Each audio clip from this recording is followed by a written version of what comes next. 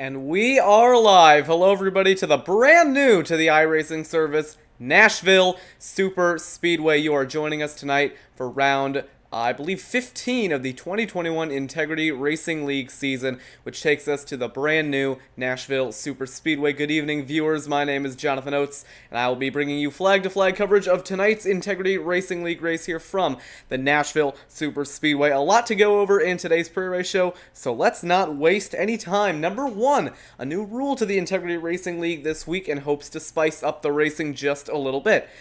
If there is no caution prior to the conclusion of Stage 2, which tonight will be on lap 70, then there will be a competition caution thrown by Race Control in an effort to make the racing a little bit more exciting and to bunch up the field. So we can expect a caution then if one does not come out prior to lap 70.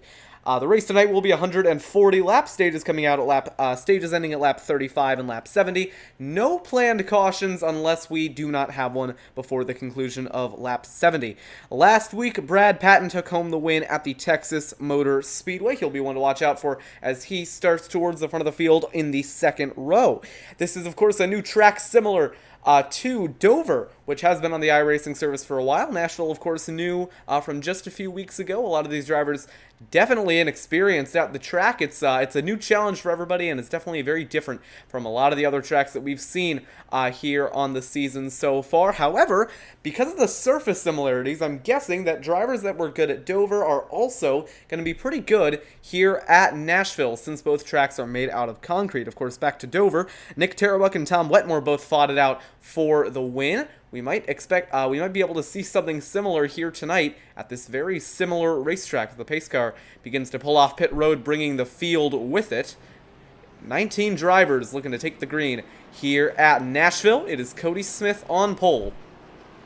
Cody Smith, one of 5 drivers in qualifying to set a sub-31 second lap time. Everyone else, 5th on back, set a 31 flat or higher. Cody Smith, one of the 5 to break that time. In practice, it was the 26 of Ethan Lane who went fastest with a 30.826, and Cody Smith in second with a 30.887. So those two starting on the front row. It'll be a front row lockout for the drivers that went fastest in practice. 6 drivers were able to break the 31-second barrier in that practice session. No one in qualifying able to break the 30.9 barrier and go lower than that. Everyone set a 30.9 or higher.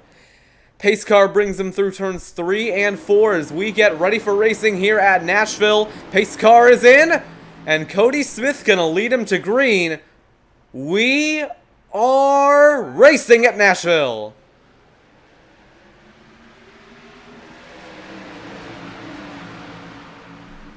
And down towards turn number 1 they go. Cody Smith with the jump over Ethan Lane will have that preferred groove, but Ethan Lane looking to fight back up top, side by side for the race lead as they come off turn 2 and down the back straightaway.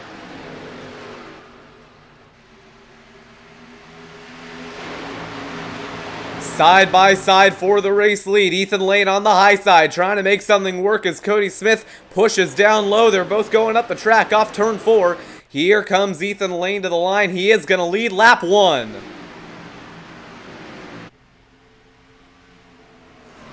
Lap 2 now underway. They are still side by side and fighting for the race lead. Ethan Lane up top trying to make that high line work. He is going to get the run off turn 2, bringing Brad Patton with him. That high line definitely going to be viable track position here, as into 3 and 4, Ethan Lane is clear for the race lead.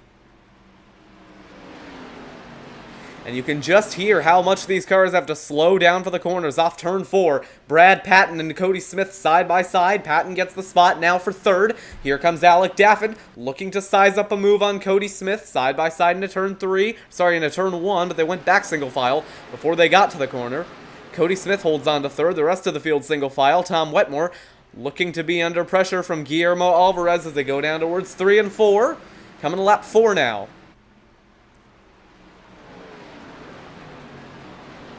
Single file throughout the field. Ethan Lane leading lap 3. Going to come around to start lap 4 with Brad Patton in tow. We know Patton, one of the better drivers in the long runs. He showed that at Texas, and he's looking to be strong again here tonight.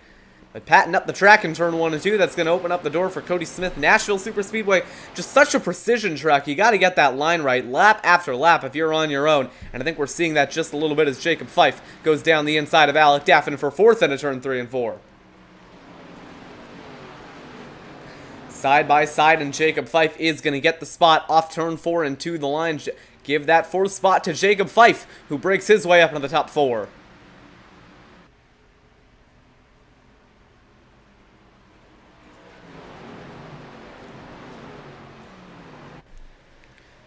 Here they come off turn 2. You can see Alec Daffin fighting back on the high side, just trying to keep that overlap with Jacob Fife, but I think that Fife does have him cleared now, going into 3 and 4. If he didn't then, well, he's going to have it now. Turns 3 and 4 belongs to Jacob Fife. We'll see if Daffin can fight back on exits. Single file throughout the field as they come to the line to start lap 6.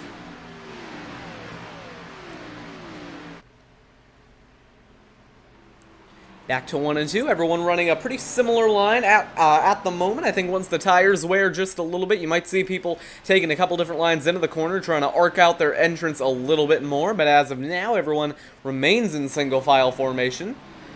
In a 3 and 4, Jacob Fife keeps that spot, but right now he's still kind of just holding that bottom line. If you think back to Texas, when we interviewed him after the race, he talked a lot about how the way that he was able to save tires was just kind of by rolling the bottom line, not really taking those really wide arcs into the corner, just kind of letting the car do its thing and navigate through the banking on its own as we have a battle for 7th.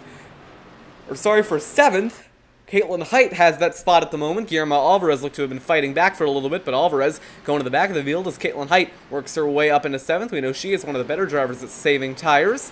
We saw it all the way back in Charlotte during the longest race of the season. Ethan Lane up front still leading, but Brad Patton is putting him under a little bit of pressure here. The tire wear at this track is quite extreme, so I have a feeling that we might see a lot of these short and long run cars come into effect a lot earlier than what we saw at Texas. Meanwhile, your pole sitter, Cody Smith, has already fallen back to 3rd, not having the best start to this race. Here comes Brad Patton off turn number 4, coming to start lap 9. He is getting a lot closer to the bumper of Ethan Lane. Makes me wonder if he might be burning up his tires a little bit. He's looking to the inside, and with a big dive into turn number 1, Brad Patton is going to set sail on the race lead. He takes it over Ethan Lane. We'll see if Ethan Lane fights back here off turn 2. I think he might just be playing it a little bit more conservative, not wanting to fight too hard too early on in this race as we begin lap 9. You can see Patton just off the apron a little bit, taking a bit of a wide line there through 3 and 4. Not sure how much that's going to help him, but it definitely looked to help him on exit. Coming around to start lap 10, we are 1/14 of the way through this race now as they go back towards turn number 1.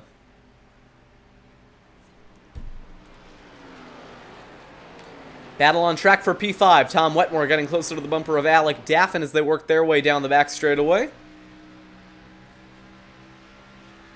Into turns 3 and 4, Daffin holds the spot at the moment. Tom Wetmore still looking to get him. You can see he's a lot more confident on the throttle on exit. Looks like that's where he's gaining his time on Daffin.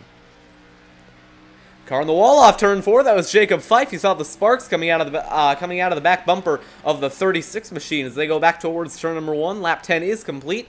They're on to lap 7 now. As Tom Wetmore is still making inroads there on the 48 of Daffin. Daffin looking to be a little bit wider on exit. That's, from my experience, that is the line you want to take here at Nashville. You don't want to be too narrow on exit. That's what's going to get your tires burnt up.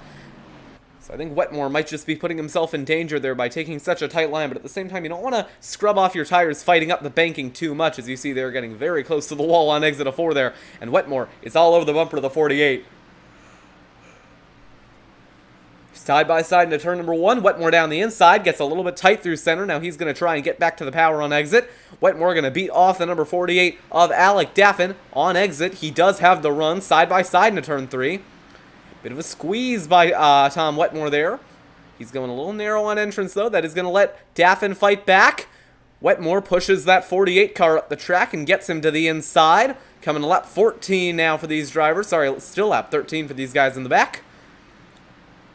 Wetmore cutting the track down the front straightaway, trying to get an advantage into turn 1, but Daffin fights back on the high side. Still side by side off turn 2. Wetmore going to have to enter a little bit wider here. Maybe just push that 48 up the track. Still a little narrow on exit, I think. That's not going to help him out too much. He is edging in front of that 48, and I think he might have it here off turn 4. Yes, he will. Up into 5th place goes Tom Wetmore.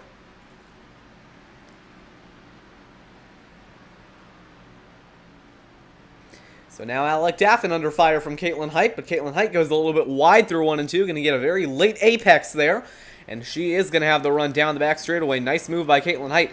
Now to the inside of Alec Daffin, side by side as they go to turn 3. Height is going to have the track position, but that high line can be pretty viable in a side-by-side situation. They're going to touch off turn number 4. Caitlin Height pushing up the track, getting a little bit tight for her liking in that double zero machine. Just going to push off the apron. That is going to compromise her run on exit, and it is going to allow Daffin to fight back. Is he going to do it again through 1 and 2? This time, Caitlin Height a little bit more disciplined next to that apron, side by side off turn number 2. She is going to have the run and is going to clear Alec Daffin down the back straightaway. So up into 6th place goes Caitlin Height. Battle back at the front of the field. Ethan Lane is making some inroads on Brad Patton. He is back to the bumper of the 1 machine, coming around to start lap 16. You can see Patton a little bit wider on exit, but can't quite get the car down to that yellow line. He is a little bit better on exit, though. I think that's where Patton is holding on at the moment. Down the back straightaway, they are nose to tail as they go to turn 3.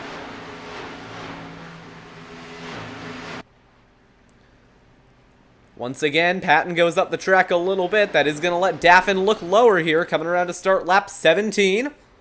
Nose to tail as they come to the line. So Ethan Lane maybe having a little bit more long run pace than Brad Patton. Is Patton wide through turn 1 once again? That's going to hurt him quite a bit.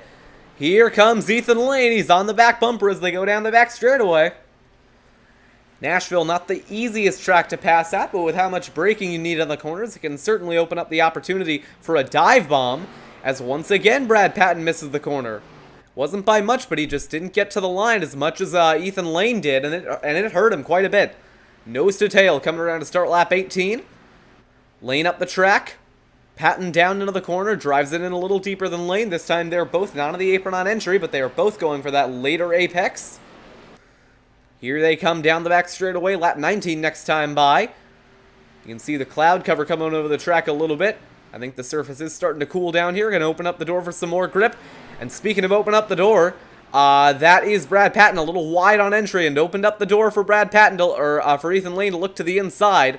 Once again, they're nose to tail. Still the opportunity not there for Ethan Lane. He's going to look to the inside once more. Seems to me like Patton is better on exit of 1 and 2, but Ethan Lane is better on exit of 3 and 4. Lap 19 underway as they go into turn 3 and 4. Ethan Lane arcing out his entry a little bit more. Now he's looking to the inside on exit, but the gap is going to close right away. We're getting very close to the wall on exit there, coming around to start lap 20, nose to tail as they battle it out for the lead. Into the wall goes Brad Patton on the front straightaway. You saw a little bit of a bobble there out of the 1 machine. That's going to open up the door for Ethan Lane again. And that's going to hurt his confidence a little bit. Sliding off the corner goes Ethan Lane. Is he going to make that move to the inside this time by? He does not have the run. He is going to stay behind for now. But Brad Patton charges the entry a little too much. Ethan Lane able to roll the center. Sliding off the corner are both of those drivers. Now Ethan Lane looks to the inside. Brad Patton could not cover off the run. Side by side for the lead. And I think Ethan Lane's going to have it by the time they get to the back straightaway. Patton opens up the corner a little bit more. Isn't going to quite squeeze Lane as much as he could. Potentially side by side down the back straightaway. Ethan Lane going to lose out in the drag race to turn 3. Brad Patton holds on for now. Patton up the track, leaving a lane between them. Now Ethan Lane going to fight back on the inside. Patton gets the run off side by side through the tri-oval at the line. It is going to be Brad Patton, but only just. Now Ethan Lane has the lead as they go into turn number 1. Lane trying to drive it in a little bit deeper, trying to get Patton on entry. And I do think he's going to clear him here off turn 2. Unless Patton can fight back, the door is going to close up for Brad Patton, and up into the race lead goes Ethan Lane. Meanwhile, Jacob Fife has worked his way up in a 3rd. So we'll see what Fife has for your race leaders here. He might have been saving his tires just a little bit more. As we come to start lap 23.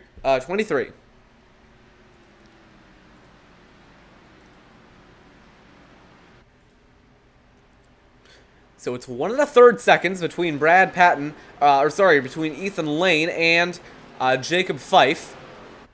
Not sure how much that gap is closing. Doesn't look like it's closing by much. Now the main battle on track appears to be for 8th as Jody Banfield, I think, has gotten around Alec Daffin. Banfield looks to be in a Chevrolet for the first time this season. We'll see if Daffin can fight back here as he tries to get the run off turn 4. I think Daffin might have just fallen victim to that whole going slow to save tires thing, where you need to go slow to save tires, but you can't go too slow. They have too much ground to make up later on in the race, and I think that might be what has happened here to Alec Daffin, because he has fallen back quite a bit.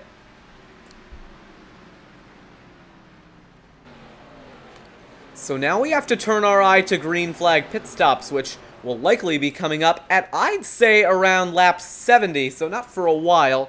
These drivers will probably be able to make it within one stop. As Guillermo Alvarez inches up on the bumper of Michael Dewell, this is going to turn into a 3-car battle for 9th. On board with the 83 of Alvarez down the back straightaway.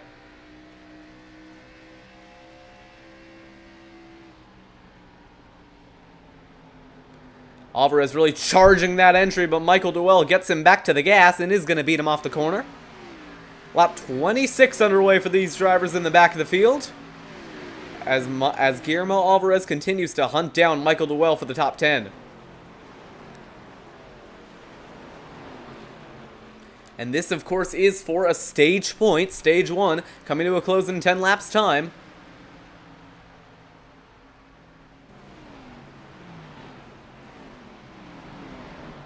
Alvarez looking low. Dewell holding on to the top.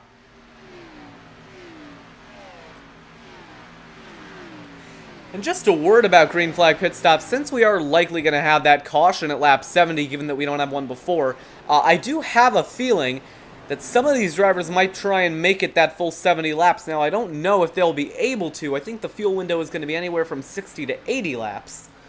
That might be possible if they stretch it enough.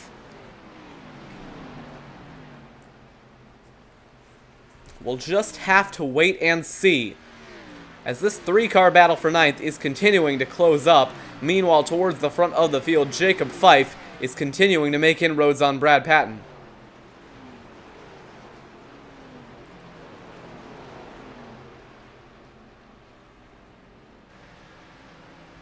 So this right here is the main battle on track. Alec Daffin being reeled in by Michael Dewell here. That for P9.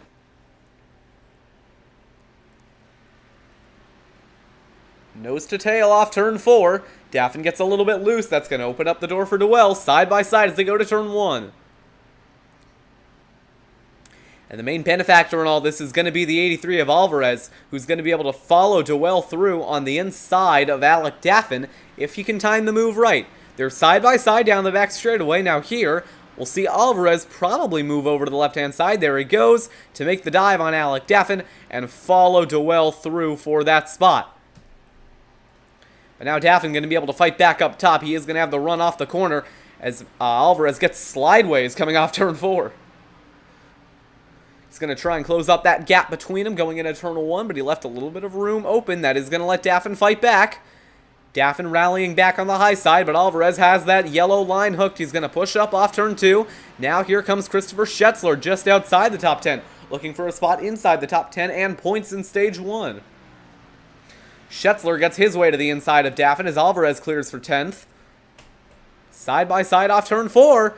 Schetzler not giving him as much room as Alvarez gave him. To the line, it is going to be Schetzler up to P11 as Daffin has fallen back to P12. It's been a nightmare start to the race for Alec Daffin.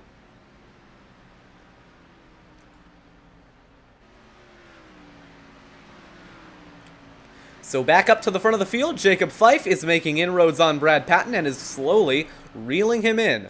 I do believe he is currently the second fastest car on track. I can quickly verify that with my timing and scoring. And yes, last time by, Jacob Fife was indeed the second fastest car on track. But he is right now being held up by Brad Patton, so I do wonder if he can get around Patton, if he might be able to go faster than Ethan Lane. as Tom Wetmore gets around Cody Smith for 4th. Tom Wetmore, one of the stronger drivers on the concrete. Oh, actually, there's a 3-car battle going on for 4th right now. Caitlin Height working her way through the field as well. We saw her do this a couple of weeks ago at Mid-Ohio. We saw her save tires really well at Charlotte. We might see it here again tonight. Side by side off turn number 4. Caitlin Height gets clear of Cody Smith going into turn number 1.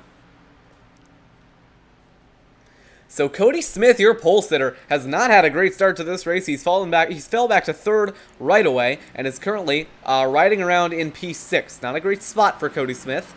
Meanwhile, Caitlin Height has worked her way through the field, started around 7th and is up to 5th. Battle for 3rd as Jacob Fife gets closer to the bumper of Brad Patton. 2 to go stage 1 for these two. There isn't a battle for the last spot inside the top 10. So I do think that the drivers who are going to be getting points are pretty much secured here. But this battle right here is for a point. Nose to tail down the back straightaway. They'll be coming around to collect the white flag in stage 1, this time by. Down to turns 3 and 4. Big arc by Jacob Fife. Patton backs it up in the center of the corner. That's going to compromise Fife's exit. White flag, 1 to go, stage 1. They both got really loose there off turn 4. Jacob Fife all over the back bumper of that one machine. He's going to look to the inside. He tried the dive into turn 1. He's all over his bumper now. Nose to tail as they exit turn 2.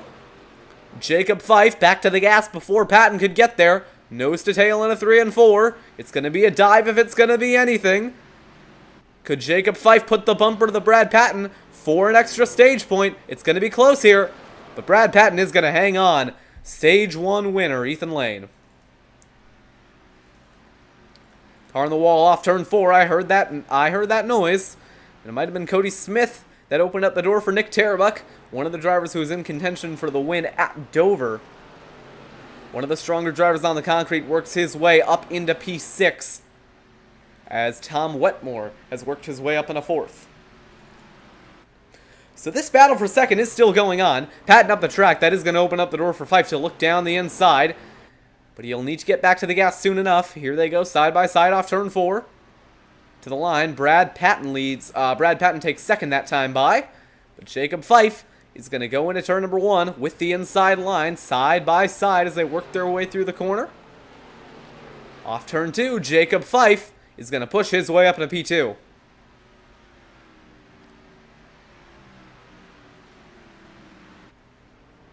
So now Jacob Fife is going to have the rest of stage 2 to run down Ethan Lane. And here comes Brad Patton into the pit road. He took the left turn off turn 4. It was a bit of a surprise to me, but he does make it down to pit road speed. He is your first pitter on lap 38. Gonna make a note of this. It's time to start writing down some strategies. This, of course, is going to be the short pit out of Brad Patton, trying to undercut Jacob Fife to get the spot back. We'll see if Ethan Lane reacts.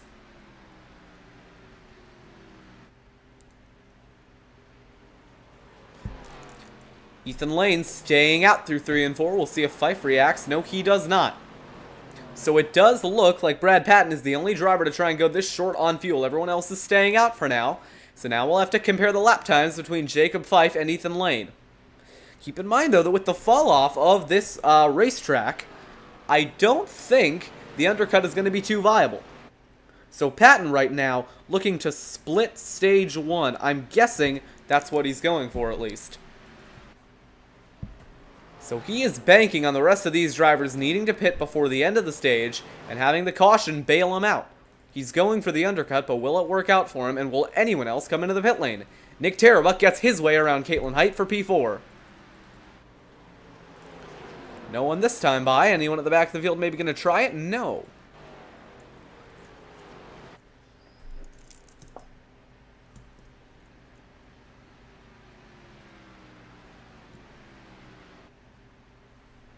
So Brad Patton, the only driver to come into the pits so far. Everyone else staying out. I have a feeling that everyone is going to be able to make it to the end of stage 2 on fuel, but Patton is banking on that not being a possibility. And he is hoping that when everyone else pits, he will escape as the leader and have that competition yellow to bail him out. So Brad Patton, this is what fresh tires looks like, and you can just see how much more speed he can carry. But keep in mind, this strategy is all going to go wrong for Patton if we get a caution before that lap 70 marker. Side by side behind between the 48 of Alec Daffin and the 83 of Guillermo Alvarez. Actually, no, Patton is coming to the pit lane as well. Alec Daffin is coming to the pit lane. So Alec Daffin has pitted as well. And I think we got another one coming in. Yes, the 26 of Ethan Lane. So Daffin pits at lap 38. Lane pits at lap 42. We'll see how powerful that undercut is. More drivers coming in. Tom Wetmore is into the pits. Everybody is into the pits at around lap 40. Here comes Brad Patton down the inside of Jody Banfield. So we'll see how long it takes Fife to react. But I right now am looking at a Patton and Daffin undercut and an Ethan Lane overcut. So Nick Tarabuck staying out as well. So is Caitlin Height. These drivers are all likely banking on having fresher tires at the end of the run. Let's see where Patton cycles out. Way in front of the 26 of Ethan Lane. Because here comes Ethan Lane exiting turn 2 now. And yes, he has been jumped by Alec Daffin. So Ethan Lane losing a lot of spots on this cycle. Jacob Fife staying out for now. So Ethan Lane gets jumped by Brad Patton and Alec Daffin. So now I'm looking at the 36 of Jacob Fife overcutting the field, Nick Tarabuck overcutting, and Caitlin Height overcutting.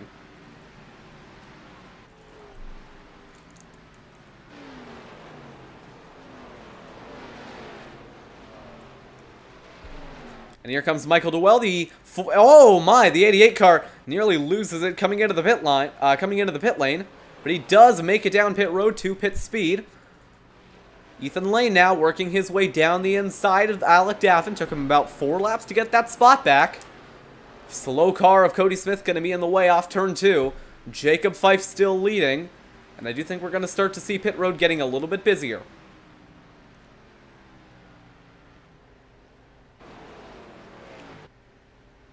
So Jacob Fife is in the lead of this race. Brad Patton is going to try and get back around him. Nick Tarabuck has come into the pit lane.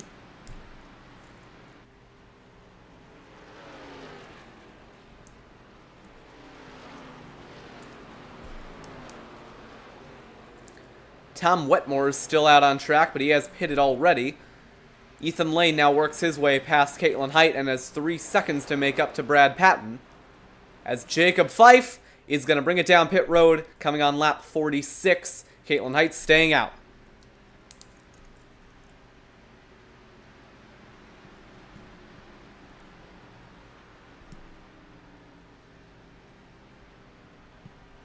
So lap 47 is the time that Jacob Fife brings it down pit road, surrendering the lead to Caitlin Height and Cody Smith P2, Jody Banfield P3, Christopher Schutzler P4, Guillermo Alvarez rounding out the top 5, and all this makes me think that they are banking on a caution coming out to bail them out of this strategy. Meanwhile, the gap between Ethan Lane and Brad Patton has stayed steady at around 3 seconds, so I don't think that 4-lap overcut is really going to help Ethan Lane all that much. I think the tires are going to start to level out a little bit. But we do know that he is just naturally faster on the long runs, and that is where he is going to have his main advantage. So given that in the first 70-lap segment of this race, everyone decided to come in at around lap 35, I am going to assume that that is how the second half of this race will play out. The general pit strategy seems to be 35-70, and then 105, 140, and that'll be the end of the race. That is, of course, banking on a caution not coming out before the scheduled competition yellow at lap 70. So now Ethan Lane is starting to reel in Brad Patton, but not by much. Kevin Matt's currently the last car who has stayed out, I do believe. Yes. So everyone Brad Patton on up has stayed out.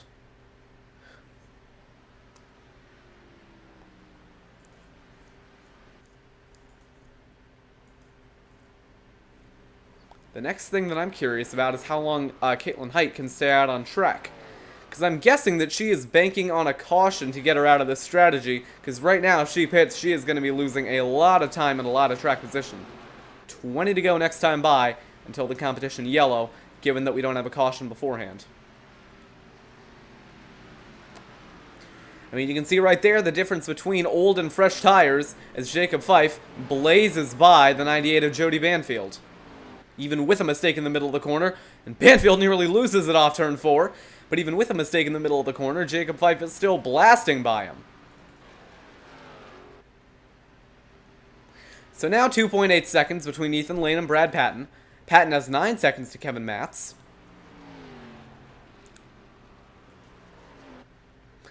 I do wonder if these drivers are all hoping to be able to run down the race leader by the time the stage is over and the caution comes out.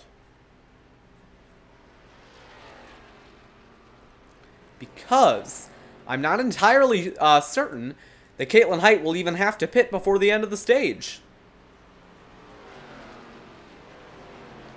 So this scheduled yellow has brought out a lot more strategy. Guillermo Alvarez, the first driver to bring it in pit road out of the group that has not stopped just yet. That'll give Brad Patton P8. Now will Caitlin Height decide to bring it in? A little wide in 3 and 4. She is not going to bring it in this time by. Cody Smith stays out. So does Jody Banfield, who's up to 3rd. Michael Dowell goes by all of those drivers, but he is still 1 lap down.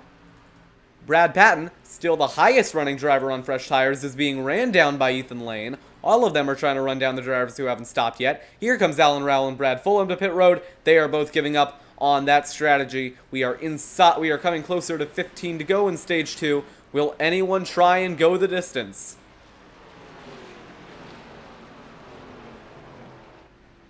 Caitlin Height certainly seems to be getting closer to trying.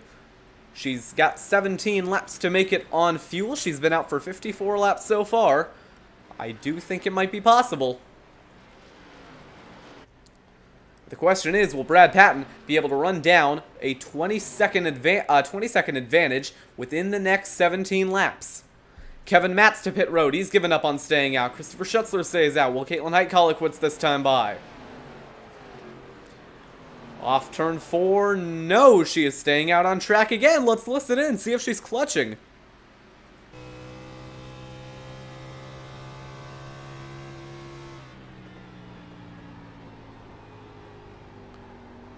No, she is not. She is not trying to save fuel, not trying to clutch and coast to the end of the stage. Patton up to 5th, Lane up to 6th. He is still reeling in Brad Patton. This right here is the battle for 2nd. All of these drivers on worn tires. This time by will Caitlin Height call it quits. She stays out again. So does Cody Smith. So does Jody Banfield. So does Christopher Schutzler. So I think all these drivers are going to try and make it to the end of the stage. Michael Dowell is back onto the lead lap. So is Nick Tarabuck. Alvarez right now, the next driver 1 lap down. Keep in mind, well, actually, no. If you're a lap down to the end of the stage, that is kind of tough luck, because you're going to have to stay out and go for the wave around and just bank on another caution, giving you the opportunity to fit tires, because you do not want to be racing with about 35 lap older tires than everyone else.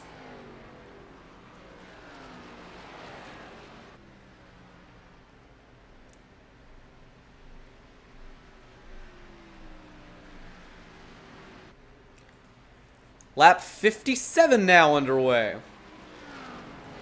Anyone else? Is Caitlin Height going to bring it in? No. None of the top 4 have brought it in. I don't think any of the top 4 are going to bring it in. So now it's just a matter of how long can they stay out for. If they can make it to the end of the stage, it'll be a miracle. Caitlin Height staying out once again. Cody Smith staying out once again. Jody Banfield and Christopher Schutzler both staying out once again. Brad Patton running them all in. Ethan Lane running them all in. But now keep in mind, all those drivers who just pitted are going to have a lot fresher tires than the rest of the field. Let's get a Caitlin Height update, see if she is starting to clutch yet. Maybe Cody Smith, Jody Banfield. Let's listen in as they go to 3 and 4. Watch the RPMs on the left side of your screen.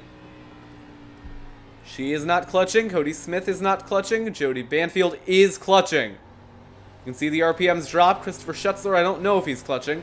We'll have to check in turn 1 and 2. But Jody Banfield is dead set on making it to the end of the stage, especially if he is clutching and coasting, trying to save fuel. There go the RPMs. There go the RPMs. But Caitlin Height and Cody Smith both feel confident. So they're either trying to get to the end of a fuel run, they're hoping for a caution, or they are not worried about their fuel situation. But if 3rd and 4th are clutching, I have a feeling that the fuel is not quite as safe as they might think. Update. Brad Patton has worked his way up into 5th. Ethan Lane is still running him down, but not at the rate that he would like. Coming to 11 to go in the stage. Is anyone going to bring it in? No, no, no, and no. The top 4 all stay out. This is getting a lot tenser than I thought it would here late in the going at Nashville. And keep in mind, this is only the stage finish.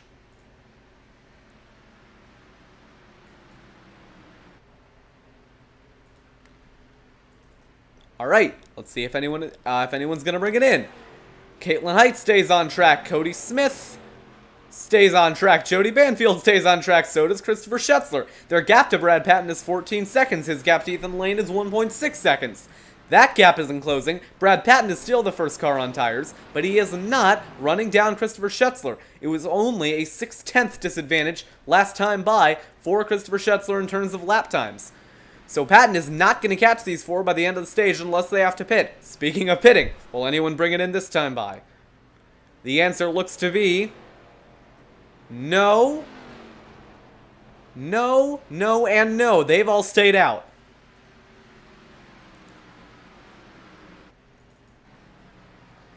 Alright, update on Nick Tarabuck. Right now, he's running P10, last car inside the top 10, racing with the 36 of, with the 48 of Daffin, who is right there in his front windshield. This is the battle for 8th. Side by side off turn 4. Tarabuck is going to get the spot. Strategy update. Anyone going to bring it in? The answer is a resounding no. No, no, and no. So they're all committed. I can guarantee you they're not pitting at this point, unless they run out of fuel. So now we have to focus on battles for position. Alec Daffin is battling it out with Nick Tarabuck, about 2/10 between them, now up to 4/10. Tarabuck has fresher tires by about 10 laps. Give him that spot and lock it down, write it in, whatever you got to do, because I think Nick Tarabuck is pretty much solid in that P9 position. Jacob Fife is starting to run down Tom Wetmore at about 2/10 a lap. He has fresher tires, but he has not made too many inroads on him this far. Ethan Lane has a bit of a second wind here. He is starting to run down Brad Patton. That gap is down to 1.3 seconds from 1.6 seconds with 7 to go in the stage. All right, anyone going to bring it in? I know I said they're committed, but I just don't know if they can make it 70 whole laps. Any fuel saving going on? No. No. Yes. Yes. So 3rd and 4th, both clutching it in to save fuel. And he is really on the clutch. He is not getting back on the gas until about 3/4 of the way through the corner. That right there makes me think that Caitlin Height has been saving for a long time in this race. I think her strategy the whole time was to make it to the end of the stage, and she must have started clutching in all the way at the beginning of this race. Brad Patton up to 5th, getting passed by Brad Fulham, but he is, of course, on a different lap. Ethan Lane 1.1 seconds away from Patton. Keep in mind, the entire field is going to have to pit at the end of the stage, so regardless of what happens here for 5th, it's only for 5th. It is not the net race lead. And Cody Smith has given up. He is into the pit lane. So he could not make it. He could not make it. Christopher Schetzler staying out. So does Jody Banfield. So does Caitlin Height. It's down to the top 3. Will they be able to go the distance? In a 3 and 4, does Caitlin Height have to clutch it in? No, she does not. What about Jody Banfield? He does. Christopher Schetzler does as well. So Caitlin Height, I think it's safe to say she's good on fuel. Banfield is staying out. Schetzler is staying out. Brad Patton is just now working his way into 3 and 4. He still has 12 seconds to make up on Christopher Schetzler. Ethan Lane, meanwhile, has the gap down between he and Patton to 0.8 of a second. Sorry, Ethan Lane has the gap down to him and Patton 0.8 of a second. So he is going to try and catch him before the end of the stage. As you can... I think you can even hear it from the TV cameras. Oh, and Caitlin Height has given up the race lead. She is down pit road. Banfield is out on track. So is Christopher Schetzler. That is one driver who will not be able to make it to the end. Caitlin Height comes up 3 laps short. So she might be hoping to undercut the field at the stage. But she is probably going to get trapped a lap down here. We'll see if she gets tires. It's a splash and go for Caitlin Height. She is hoping to stay on the lead lap. We are coming to 2 to go in the stage. Can Banfield make it? He's staying out. Schetzler is as well. This could be a monumental points day for these two if they can make it. 2 to go in the stage. Is Banfield still clutching? Yes, he is. And until halfway through the corner, he is clutching. So Caitlin Height does stay on the lead lap, but not by much. Into 3 and 4. You can hear the engine shut off from the TV camera. Jody Banfield has to save fuel. White flag. Can he make it? The top 2 are committed. They're only 4 seconds safe from Brad Patton. Can Jody Banfield win the stage on an economy run? He might just be able to. Stage 2, last lap. Is he going to make it? He gets passed by the 94 of Rowell. Patton has kicked it into high gear. He's around Christopher Schetzler. Can Banfield hang on one more corner? Patton is coming. And Jody Banfield, he's up the track. But on an economy run on fumes is going to come home to win stage 2.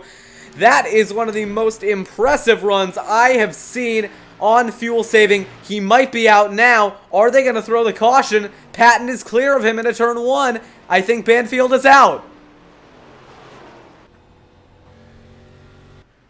So Brad Patton has taken the race lead. Ethan Lane is coming for second. They touch a little bit. But Brad Patton has taken the lead. Where is the stage caution? And there it is.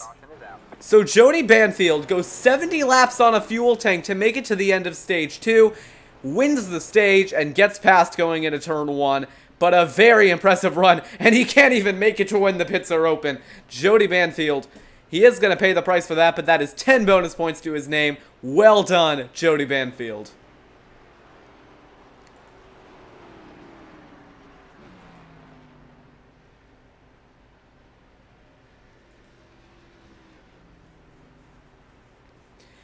So now the caution is out. First and maybe the only caution of the race. We'll see how the rest of it goes.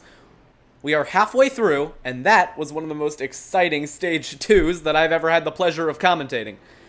Update on your top 3. It is Patton over Lane over Wetmore, but Jody Banfield wins stage 2. He is not in the top 3, and here comes the field to pit road.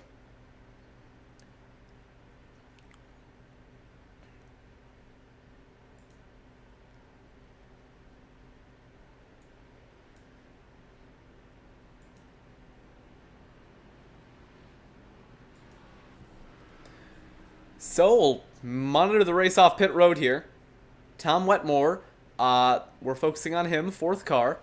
He comes in. Guillermo Alvarez actually stays out, which is interesting. But here they come.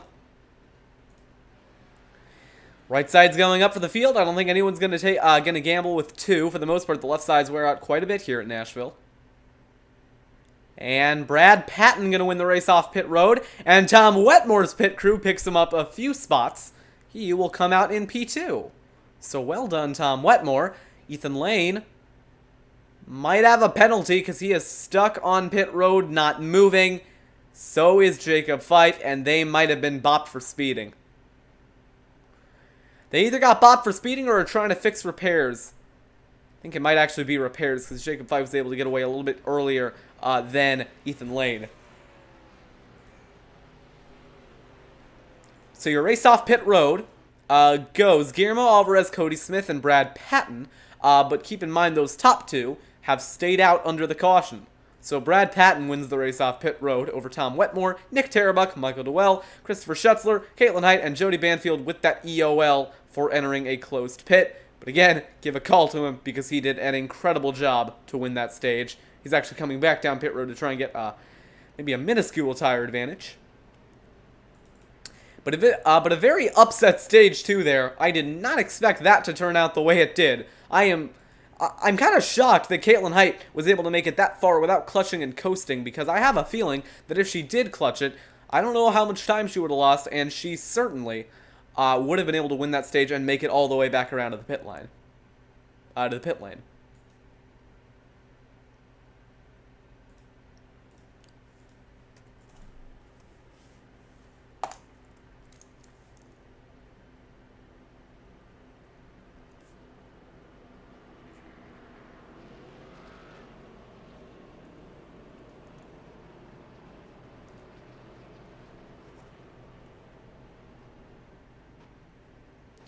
So we learned a little bit from stage 1. It does appear that the fuel window is around 50 to 70 laps. Optimal stopping, the optimal pit lap, seems to be around 35, 45 laps into a run. Just anywhere between there. That is about your strategy breakdown for this race. This could be a race determined on strategy.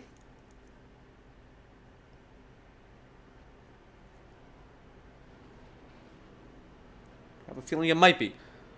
So the lights are out on the pace car. We're going to go back green this time by. Your race leader is Guillermo Alvarez over Cody Smith. Alvarez has taken the high line for this restart. No choose cone, but as usual, the leader does get lane choice, and Alvarez has elected the top side. But on older tires, he might be in danger of some wheel spin here. We'll have to see how it plays out. Because Alvarez has been on these tires for 23 laps.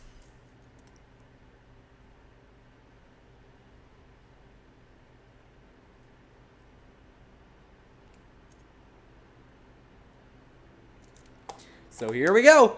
We're going to get this race back started and start off the final stage. Under 70 to go. Our competition caution has bunched up the field, and hopefully we're going to get some very good racing to the end.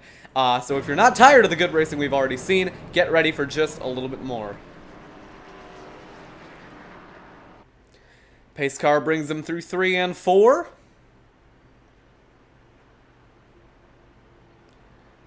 All right, Guillermo, watch the wheel spin. This could get messy. Pace car is in. Green flag. Green, green, green. And an incredible jump for Guillermo Alvarez. An abysmal restart for Cody Smith. He did not get going. Down towards turn number 1. It is Alvarez with the lead. Wetmore into second. Smith to third. Patton trying to get around the outside of Cody Smith for third.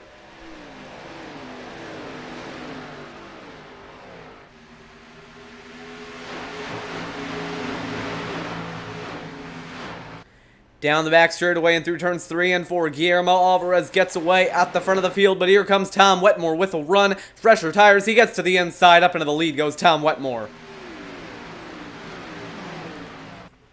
Side by side for third. Brad Patton on the outside of Cody Smith. Smith working his way down the inside. Alvarez, the slow car, going to stack up that outside car of Brad Patton. Patton has to take to the inside 3 wide down the back straightaway. For a moment, Patton might look back to the inside to try and get the spot on Smith. He's going to push him down into 3 and 4. Patton look to the inside again. Alvarez up the track 3 wide. Here comes Nick Tarbuck in between the 88 and the 83. And Alvarez acting as a little bit of a roadblock here. That staying out strategy has not played dividends. 3 wide. Back to turn number 1. Ethan Lane digging on the inside of Caitlin Height, and Alvarez. Height pushes Alvarez up into the outside. Here comes Ethan Lane on the inside of Caitlin Height, and now looking to the inside of Nick Tarbuck. Single file as they go to turn 3.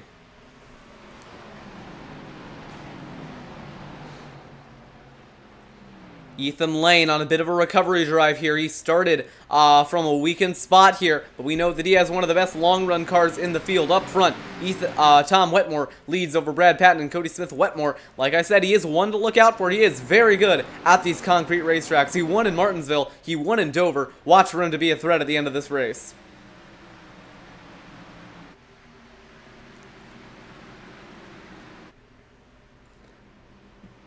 Down through turns 3 and 4. Tom Wetmore leading away over Brad Patton and Cody Smith. Michael Dewell, P4. Ethan Lane rounding out your top 5 with pressure from behind coming from Nick Tarbuck.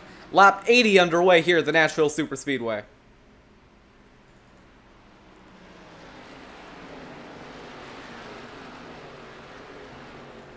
Here comes Michael Dewell down the back straightaway and into turns 3 and 4. Cody Smith on the outside. You can see him marking the corner a little bit more. Battle for the lead starting to heat up.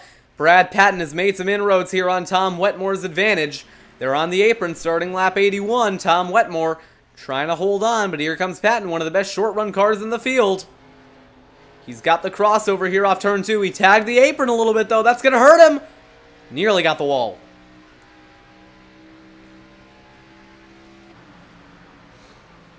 Through turns 3 and 4, Tom Wetmore has the lead still over Brad Patton, but here comes Patton with the swing of momentum off turn number 4. Cody Smith still holding on to third over Michael Dewell, coming to start lap 82.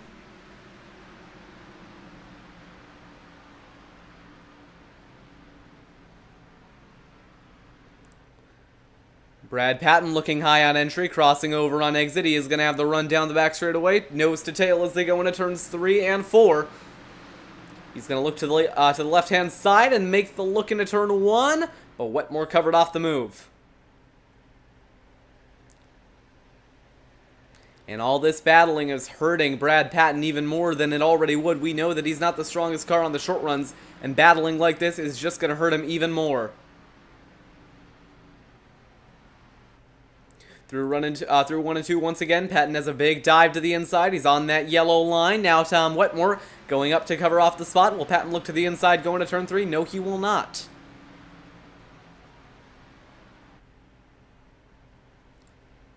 Patton's just so good on exit right here, but I imagine that's hurting his rear tires quite a bit.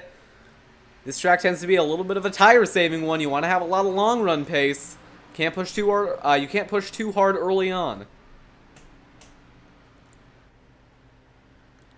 Here comes Brad Patton with the run again. Is he going to go for it into 3? He looks over to the left-hand side. Maybe a little bit of a dive bomb. He gets loose. He pushes Wetmore up the track. They nearly touch as they work their way through 3 and 4. Wetmore fighting hard for this race lead.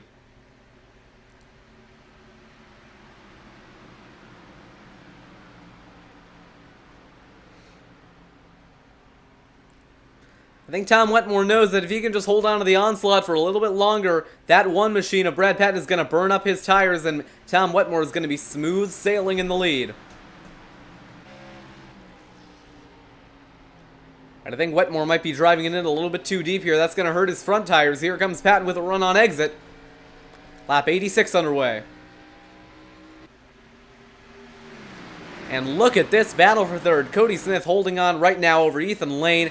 And, that's Michael Dewell holding on over Ethan Lane and Cody Smith. Now Cody Smith gets passed by Ethan Lane and is under pressure from Nick Tarabuck as they go down the back straightaway and headed to 3 and 4.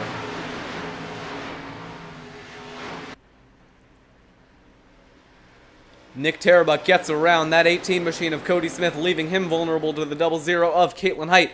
Down the front straightaway, it's Tom Wetmore over Patton, over Dewell, over Lane, your top 4.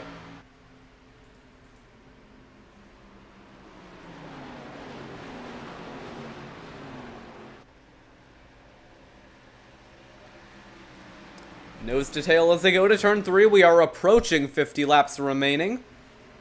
Down to 3 and 4. Here comes Patton with another dive to the inside. Wetmore covers it off.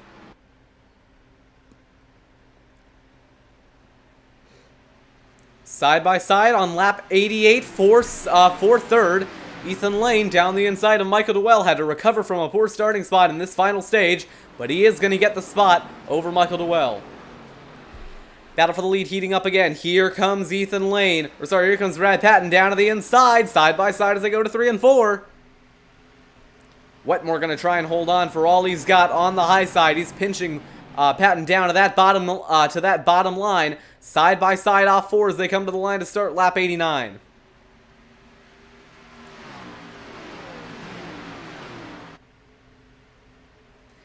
Patton dives in into turn 1 again, but he is going to push up the track a little bit. That's going to let Wetmore fight back on the high side.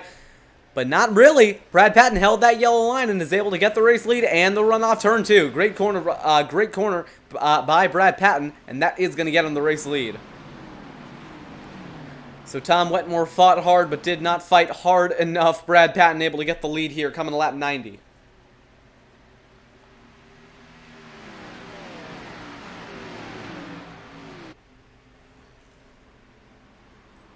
So now Ethan Lane going to be the one that we have to watch out for, as he is known to have a better long run car than Tom Wetmore and Brad Patton.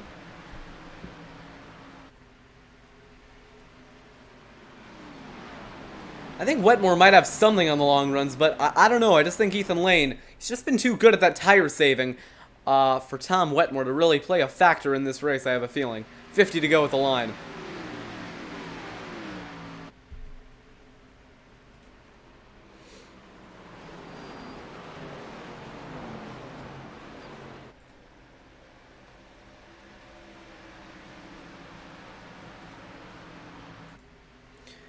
Down the back straightaway on lap 91 of 140.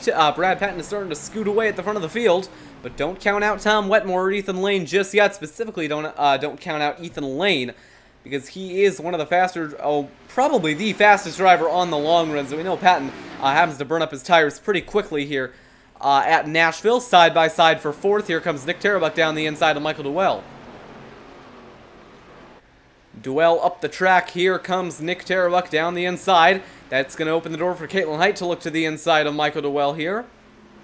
Into 3 and 4, Caitlin Height gets to the inside. She's going to look for the pass on maybe not one but two drivers, as she looked to the left rear quarter panel of Nick Tarabuck. Down the front straightaway, here comes Caitlin Height.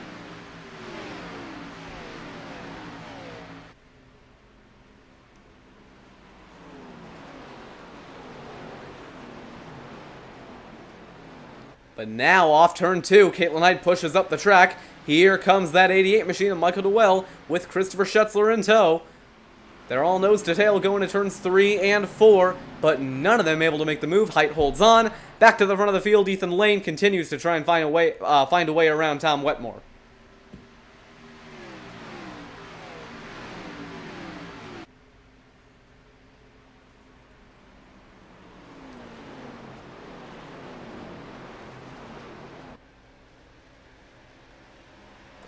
Nose to tail again, down the back straightaway.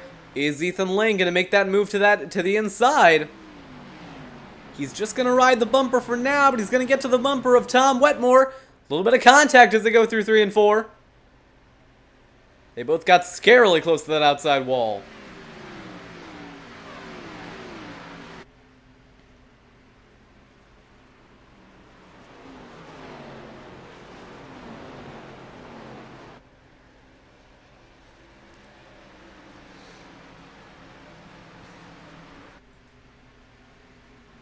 So coming around to start lap 100 in a couple laps time, 5 to go until that point. At that point there will be 40 to go, and we'll have to start thinking about pit stops. Are people going to try and split this final run halfway at lap 105? Or are people going to try and stretch it to the end of the race? Because if Banfield could do what he did earlier and make it all the way to lap 140, we could see an upset winner here. And that, I don't know if he has the minimum starts required to make the playoffs, but that could certainly shake things up if he does. Bumper to the back of the 51, Ethan Lane. Oh, he's got to turn Tom Wetmore! Trouble! And the caution is out. Wetmore keeps it out of the outside wall. Good save by him. But that brings out our second caution of the day on lap 97 of 140. And never mind what I said about strategy. That gets thrown out the window. It'll now be a dash to the end on pace. So the first caution for a long time here in the Integrity Racing League. We have not seen one in a couple of races. Let's take a look at what happened. At that point he was already spinning, but I think he just got tapped around by the 26 of Ethan Lane. That's going to do one more thing than just hurt the 51 of Wetmore. There is a rule in this league that if you cause a yellow, you do get an EOL, and that is going to have to put Ethan Lane at the back of the field. So let's go ahead and analyze this from the chopper cam. You can see right here going into 3 and 4. Tom Wetmore just backing up his entry a little bit more here. And right there you can see Lane gets to the bumper. Yeah, oh, and there's the contact. You can see it right there. Contact between the 26 and the back bumper of the 51. Let's kind of keep it going here. And that is going to push the 51 up the track and around. But I want to see, did Wetmore make any contact with the outside wall? We're going to do this in a little bit of an amateur way, but let's go ahead and switch to the far chase camera. Did he touch it? Backs it around. He's going to get close. He did not ever touch that outside wall.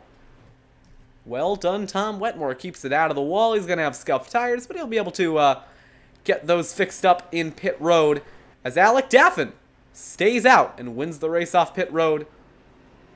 91 machine of Kyle Vincent Gilbert might have taken 2. He is going to come out in 3rd. Caitlin Height, P4. Nick Tarabuck, P5. Christopher Schutzler, P6. Fife, P7. Cody Smith, P8. Michael Duell, P9. Alan Rowell, P10. And Ethan Lane with that EOL penalty, dropping back to 16th. So I am going to step away for just one moment, but I'll be right back shortly, and we will be bringing you restart coverage here on TMG as the caution winds down and we get back racing. So we'll be right back. Don't go anywhere.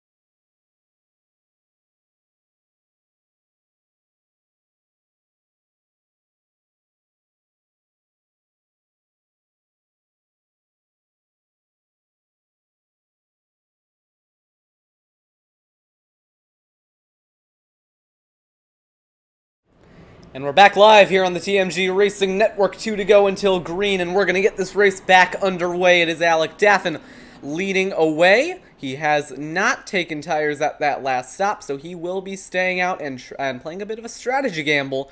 Why don't we see if we can bring him up into the booth here and get his rationale behind the decision. No, I can bring him up into the booth.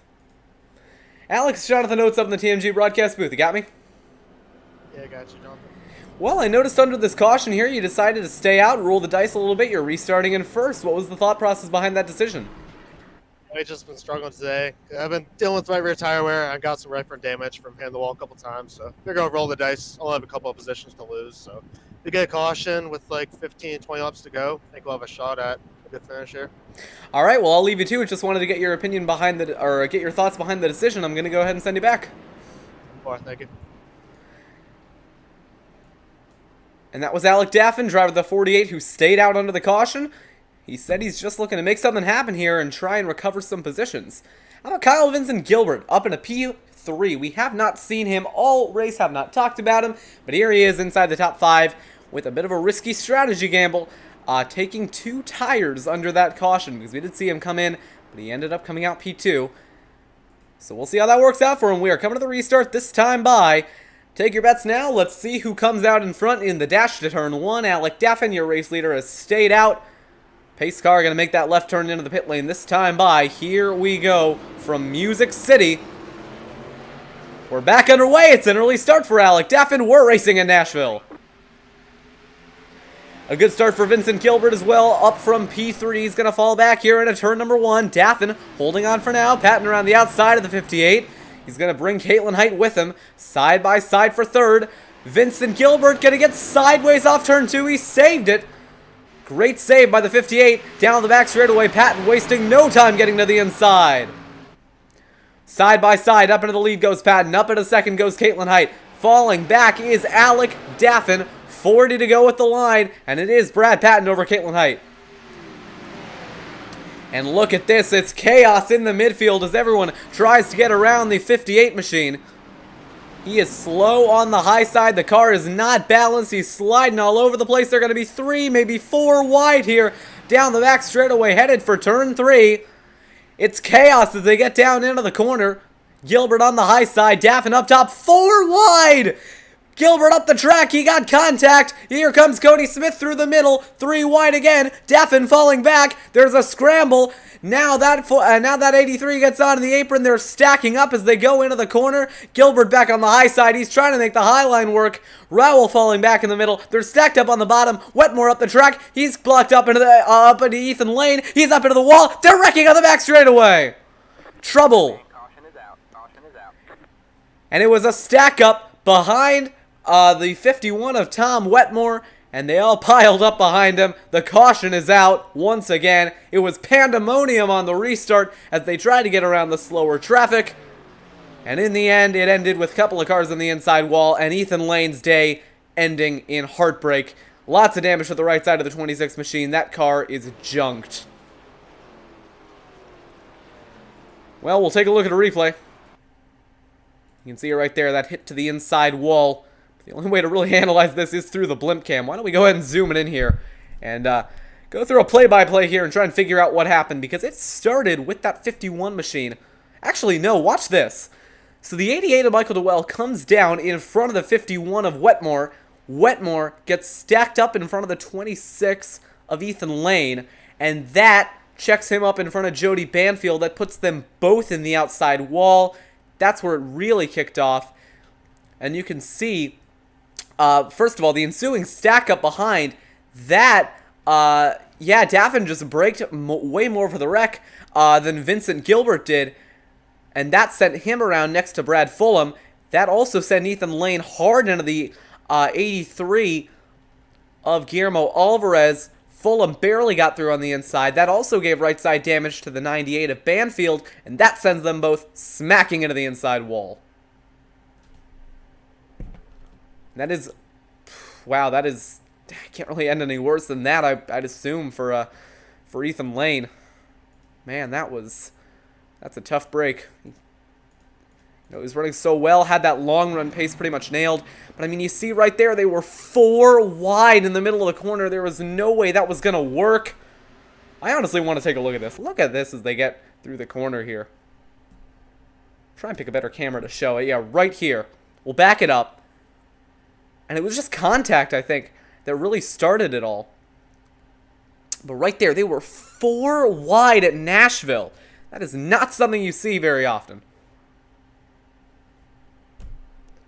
So you'll see it right here. Going into 3 and 4, Daffin just got up the track, and that opened the door for Gilbert to go down the inside. But he was already 3 wide. So that he made a little bit of contact then with the 24 of Schetzler, which sent him up the track. That started to stack everyone up, and it was on from there. And that eventually leaded to the wreck. So under caution from Nashville, about 2 laps to green. Your race leader is Brad Patton over Caitlin Height and Nick Tarabuck. And this has really blown the doors for the race wide open. I can't wait to see how it turns out. I hope you can't either. We're going to step away for just a moment, and we will be right back for what might be the final restart. But with the way things have been going, I guess you can never tell.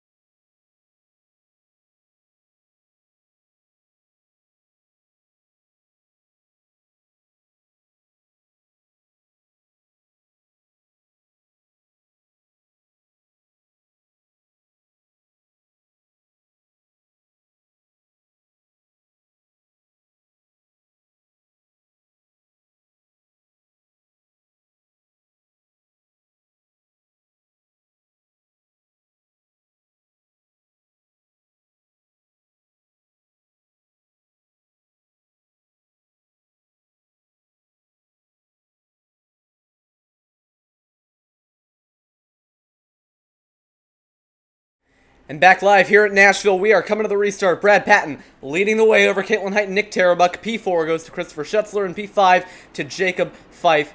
Pandemonium on the back straightaway has taken out one of the strongest contenders for the win, Ethan Lane. He's out. So is the 83 of Alvarez. But up front, the race is still on.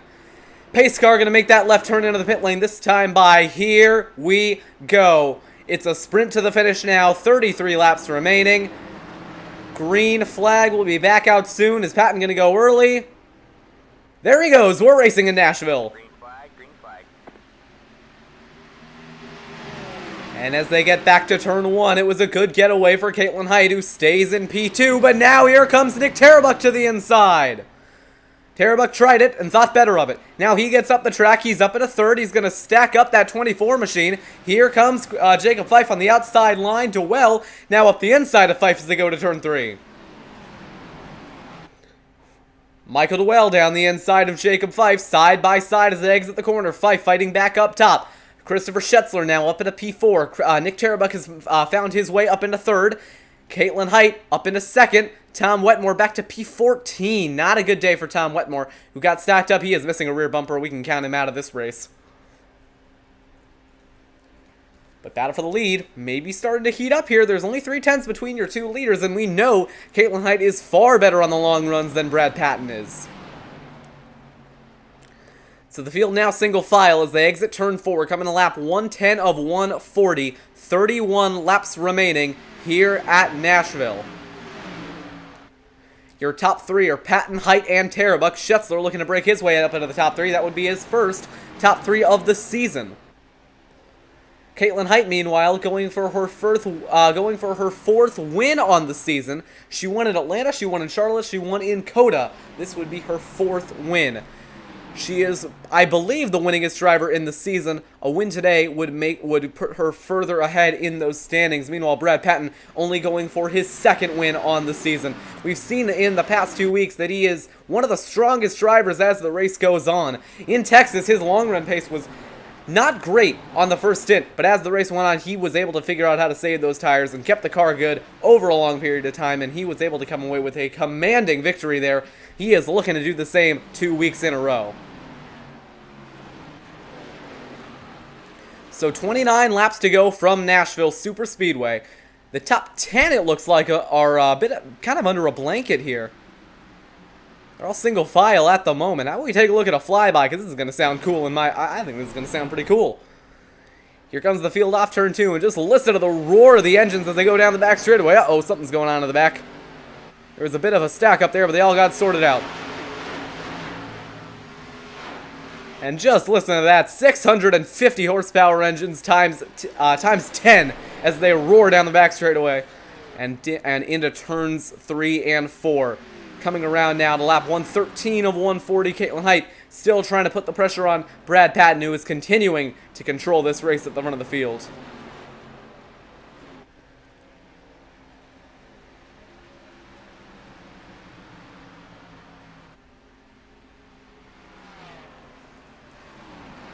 So Brad Patton now showing a lot of speed early on in the run here.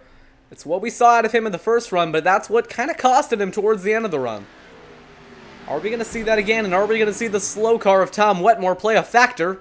He is out of the racing line, so I don't think he is going to be an issue for your race leaders. He is going to stack up the 4 machine and Nick Terabuk just a little bit.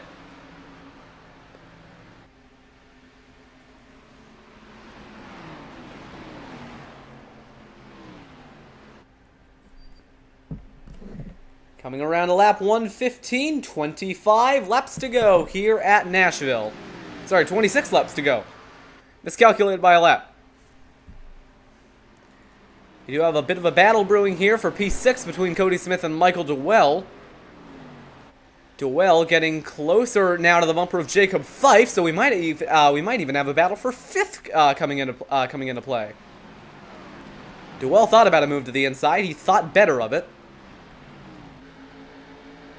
Here he comes off turn 4, 25 to go at the line.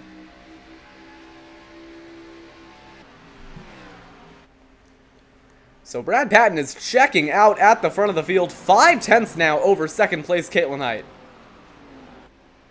Now here comes Jacob Fife looking to the inside of Christopher Schetzler.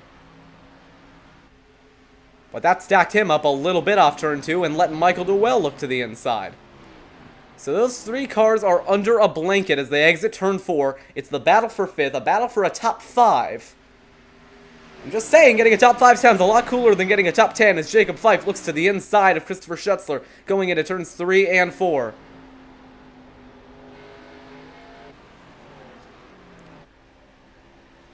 "24 laps to go here at Nashville.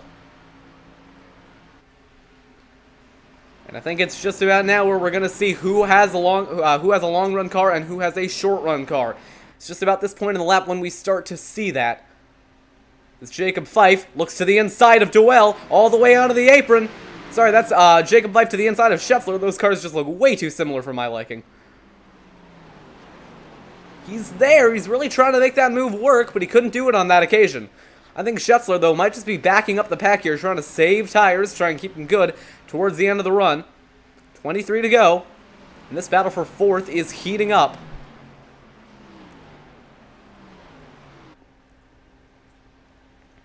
Christopher Schetzler, I don't believe we've ever seen him in the top 5 in an Integrity Racing League race today. Could be his best ever performance in one of these races.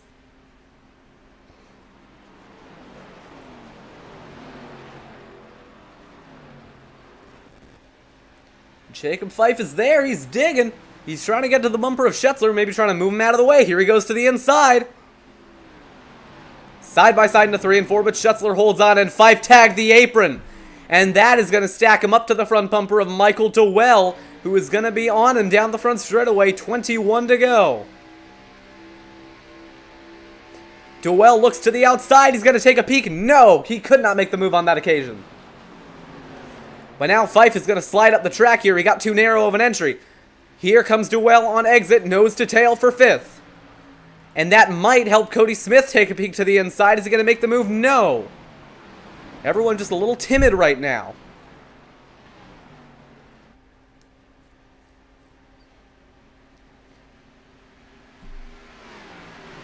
"20 laps to go from the Nashville Superspeedway. It's been a great race so far, and given Patton's long run pace, it could be an even better finish. Patton is still pulling away, though. I think he might have this one locked up.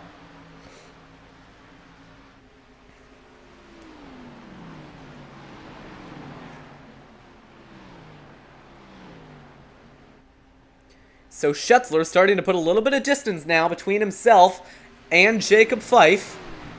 But Fife fought back out of turn 4 there. Just when I said he was putting a little bit of distance, Fife got a bit of a second wind and started to fight back.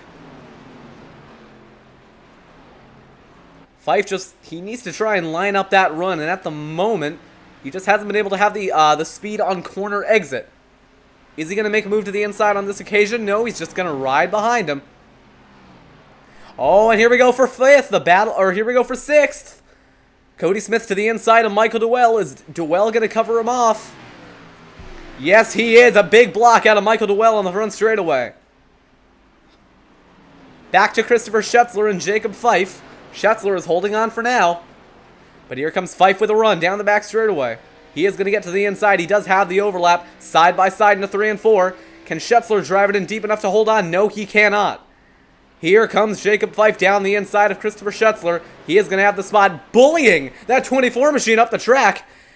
Never mind, he's not going to have the spot. I thought he was going to have the run on exit, but no. Schetzler holds on and clears him back down the front straightaway. 17 to go. Height is falling off the bumper of Brad Patton.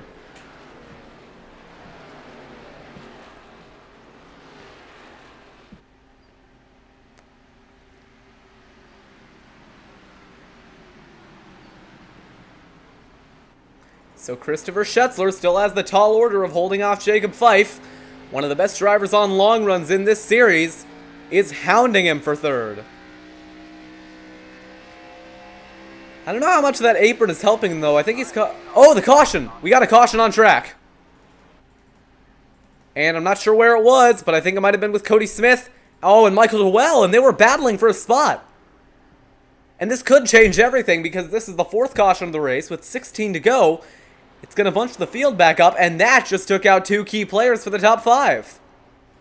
So what has happened here? Oh, and they came together off turn 4. And that spun the 18 around and spun the 88 around as well. Somehow in all that, Michael Duell went from a nice, clean number 88 Xfinity Camaro to a, well, something resembling a Whelen Modified. Let's take a look. Oh, there it is. Duell smacked the wall and got tagged by the 88 of Cody Smith. And I've seen that one quite a few times before here at Nashville. All too common. And really, that turn 4 wall just comes up on you a lot faster than you might think. You don't really see it coming, and then pow, there it is. Why don't we ride on board with Cody Smith here, see what he saw.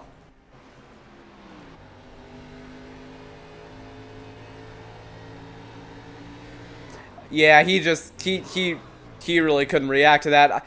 Good on Cody Smith, though, for knowing what to do there. He knew that he wasn't going to be able to save it, so he looped it all the way around, got the car going back straight. Good job by Cody Smith. See the rear wheels lighting up and locking. He knew what he was doing through that. Well done, Cody Smith. So the field has elected to come to pit road. Well, not really. It's a split decision here. Cody Smith is in. Brad Patton is staying out. Ooh, I don't know about that one. So Cody Smith, the first driver to come into the pit line, or the pit lane. Caitlin Height gonna come out P7.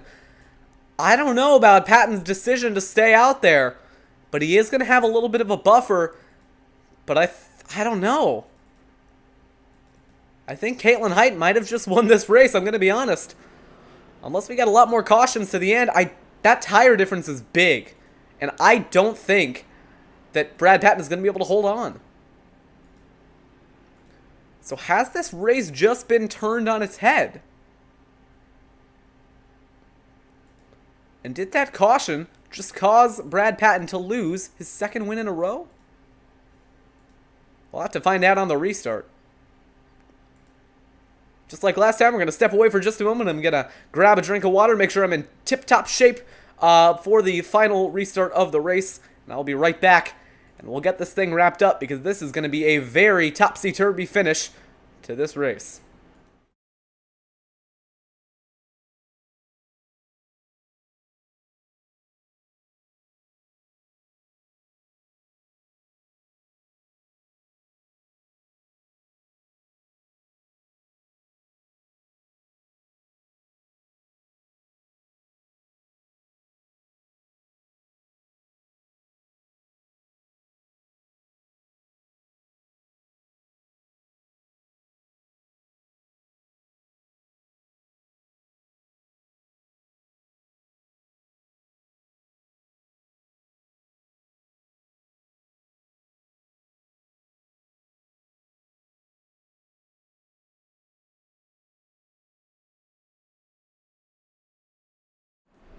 We're back live from the Nashville Superspeedway. So just to recap, this is our fourth caution of the race following an incident between Cody Smith and the 88 of Michael Dewell.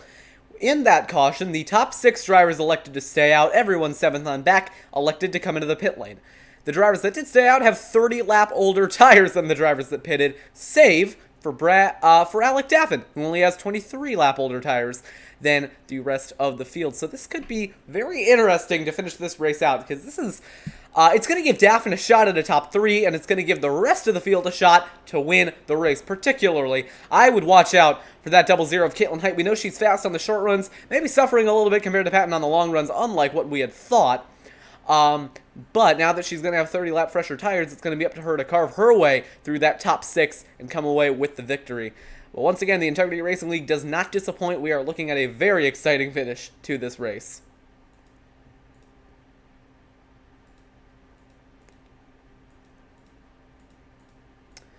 All right, here we go. Coming around to the restart this time by... Actually, give me 1 second. I need to close my blinds and reduce glare.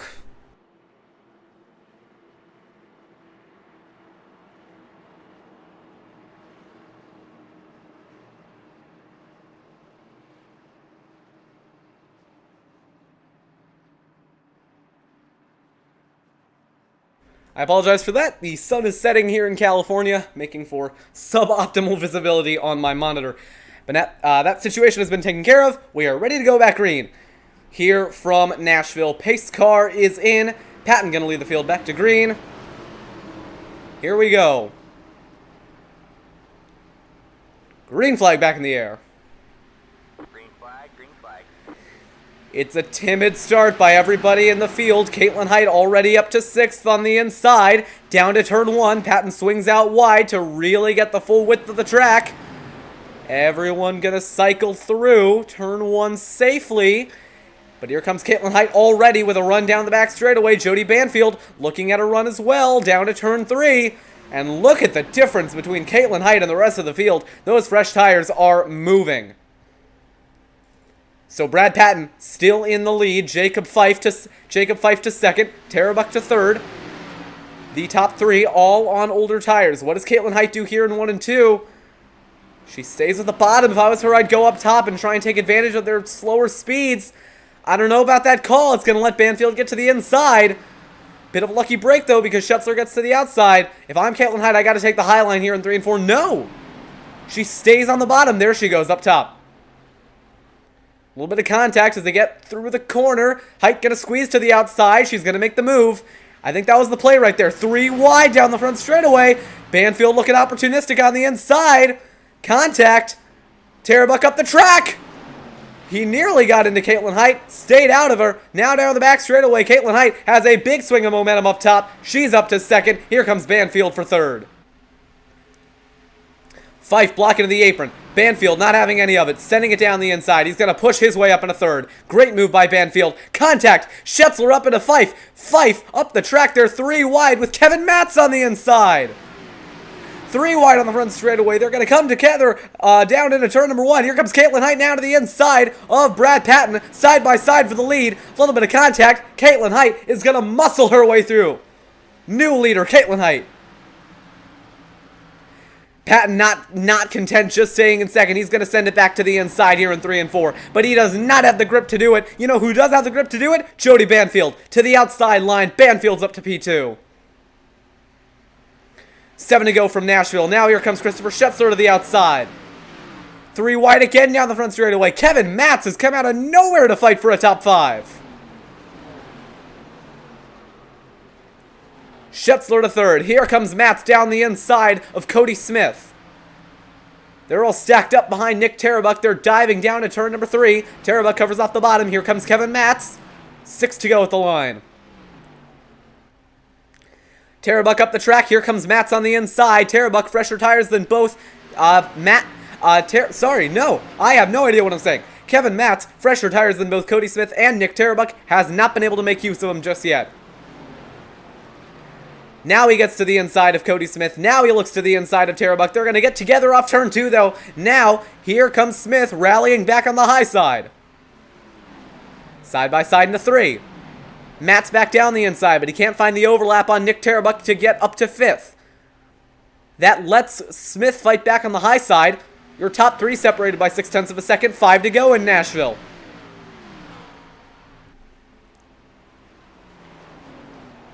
Matt still digging on the inside line. He's got to try and get clear of Cody Smith here. He cannot spend all this time fighting with him.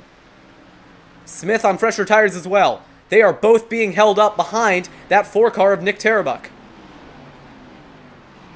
Now Matz gets to the inside of Tarabuck. Side by side through 3 and 4 and off turn 4. Kevin Matt's going to have the spot. 4 to go. Matt's all the way to the apron. That's going to compromise him on the straightaway. They almost came together into turn 1. Matt's very narrow into the corner. He's giving up a little bit too much entry speed, I think. He's going to power through the inside, though. Is he going to get the move to stick? Where does Cody Smith go in all this? 4 to go. Height is checking out.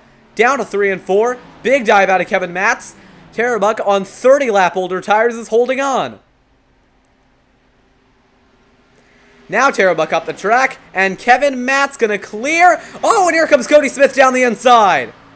A bold move to the inside of Kevin Matz is going to put Cody Smith on the inside for 5th. He's up the track. He nearly got into Kevin Matz. All this fighting is letting Jacob Fife reel them back in with old tires. 3 to go. And what a finish this has been. On the front, by the way, Christopher Schetzler is into 2nd. He is in position to score his best ever Integrity Racing League finish this season, and they are going at it behind for P6. 2 to go. Tarabuck on the high side, Smith on the inside, side by side off turn number 2. If Tarabuck could hold on, it would be the drive of a century in my eyes. This track is incredibly rough on tires, and Nick Tarabuck has managed to hold on to that P6. What a job he has done. White flag in the air. 1 lap to go for Caitlin Height. It'll be her 4th win on the line and a drive from P7 to P1 in 14 laps. It's been a race of strategy, chaos, and a little bit of luck. I had a feeling Caitlin Height was out of this race when she almost strapped herself a lap down at the end of stage 1, but she was anything but out of this. White flag coming through 3 and 4 for the final time. For the 4th time this season, Caitlin Height has won, this time at the Nashville Superspeedway. Christopher Schetzler scores his best ever Integrity Racing League finish of the season, coming home in P2. Banfield does the same in P3. Matz does the same in P4. And Brad Patton surprisingly comes away with a P5. He held on 30 lap older tires to come away with a top 5. Great drive by Brad Patton. Great drive by Caitlin Height, your winner today in Nashville.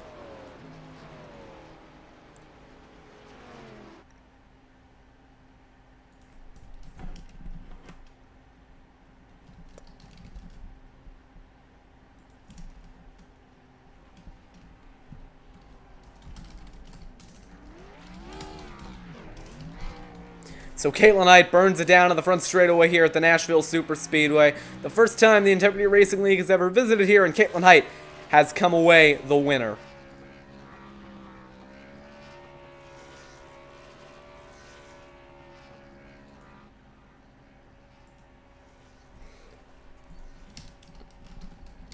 Now, unfortunately, Caitlin Height still does not have a microphone, so we are not going to be able to interview the winner of this race. However, I have a feeling that a lot of other drivers in the field are going to have a lot to say with the results of this race. But if you do know, if you do know Caitlin Height, if you could buy her a microphone, that'd be great, because she has done far too much winning this season for her to yet to have an interview here on TMG. But she has won once again, 4th win of the season. It comes here at Nashville. Let's go ahead and get these interviews underway, starting with your race 2nd place finisher, because Caitlin Height still does not have a microphone, Christopher Schetzler. Actually, here he is. I found him. Let's go ahead and bring him up into the booth. I cannot bring him into the booth because he is an admin. So, Chris, if you're watching this, go ahead and join me in the broadcast booth and we can interview you. Okay, well, we can't bring up 3rd place finisher Jody Banfield. How about Kevin Matz, who came away with a P3? Kevin, it's Jonathan Oates up in the TMG broadcast booth. You got me? Yeah, Jonathan. Well, it was a pretty wild race out there for you today. You weren't really in contention for it until the very end when you took tires on that last caution. What was the thought process there for sacrificing track position for those fresher tires? So honestly, with 25 to go, I was going to park it. That's how out of it I was. I was 2 laps down earlier. I think I was pretty slow in front of Jody at one point there, just before that final caution. So he got into me. I spun around there. I thought my race was over. So I knew I had that set of tires in the bank, but I didn't think we were going to get another caution. So once I took it, I knew I was back into contention. Yeah, and in the end, you were able to come away with a 4th place finish, but not without a really impressive drive through the field there on those fresher tires. What was it like having to make all those passes, even with a tire advantage? I mean, I knew Terabuck's a great driver, so I knew he wasn't going to give it up too easily, even with being on older tires there. So I was just patient. Try to pin it to the bottom every single time. I know, Cody was breathing down my neck there as well. So I just hung in, patient, and waited for it. And then I was able to, reel in Brad there as well on older tires. Well, it was a very solid finish for you today in P4. Anyone that you would like to thank for the results? Quite honestly, I just want to thank Don for running this for us every week. He had a bit of some scheduling snafus with this track being released, right at the end, but he was able to get things together and get us out there tonight. So big shout out to him. Shout out to Pro Pattern Paint, title sponsor. All right, well, I appreciate you joining us here in the booth. I'm going to go ahead and send you back. Have a good one. You too. That was 4th place finisher Kevin Matz, because I cannot bring anyone else into the booth. I literally... Okay, there are 2 people in a voice channel that I could bring into the broadcast booth. One of them is Alan Rowell, who finished in 10th. But since we have no one else to bring up, and I'm supposed to do 3 interviews every week, here we go. Alan, it's Jonathan Oates up in the TMG broadcast booth. You got me?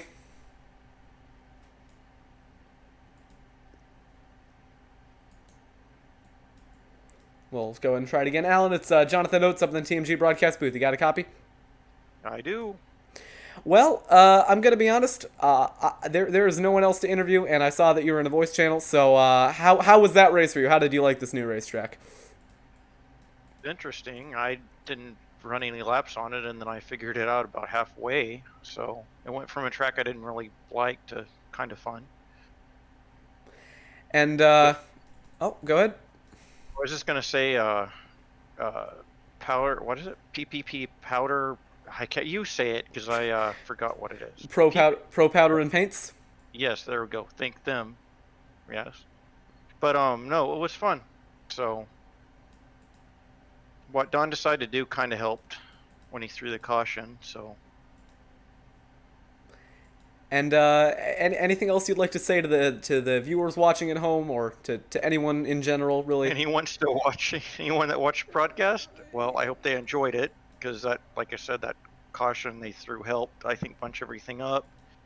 And then poor Brad didn't get his win because there was 2 cars that got in contact, so kind of heart rough for him. So, but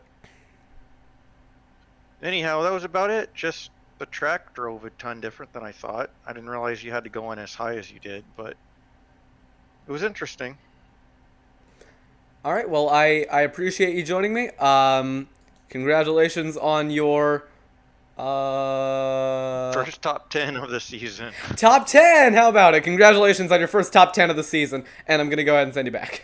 All right, thanks. No problem. And that was Alan Rowell, who I did not expect to be interviewing, but hey, he seems like a really nice guy. I'm glad I got to interview him. We do have one more driver up in the voice channel that I can go ahead and bring up. I'm also going to put the finishing results on the left-hand side of your screen. You can go ahead and take a look at that. But now we're going to go ahead and bring up Brad Patton into the broadcast booth. Brad, it's Jonathan Oates up in the TMG broadcast booth. You got a copy? Gotcha. Well, for a while there, it was looking like you were going to take home your second win on the season. Then the caution came out. You made the choice to stay out. I'm not sure if that was a tire set thing or what, but could you walk us through what you were thinking there on that last caution? Huh. As soon as the last caution came out, I knew I was already just going to be in the top 5. I used my last set of tires on, I believe it was like 105 or whatever. So I was already in for it, and was hoping, praying that we didn't get any cautions, and if we did, nobody pit. And lo and behold, 10 laps to go, we get a caution, and boom, there goes the dub. Well, even with that unfortunate caution at the end, you were still able to put together a really solid race. You had a lot of really good race pace. What are some of the keys around this track to getting that race pace down and not having the tires fall off too quickly? Well, my first laps tonight were in the league here. I just downloaded it yesterday, and I was just trying to figure out the line, really. And when I first came into practice, I was 7, 8 tenths slower, and I was like, I don't know what I'm doing. And then finally I went and watched Ethan and a couple of the faster guys and found out that they're driving in very deep, but in order to do that, you're going to burn up the right front. So you had to flirt with your right front and right rear and saving while burning up. Yeah, it was really, it's a really weird track, but it's a fun track. It's a good racing track. But strategy wise, it's basically, like I told you last time, I'm just going to go for it, and if I burn them up, I burn them up, and I'll just get more tires.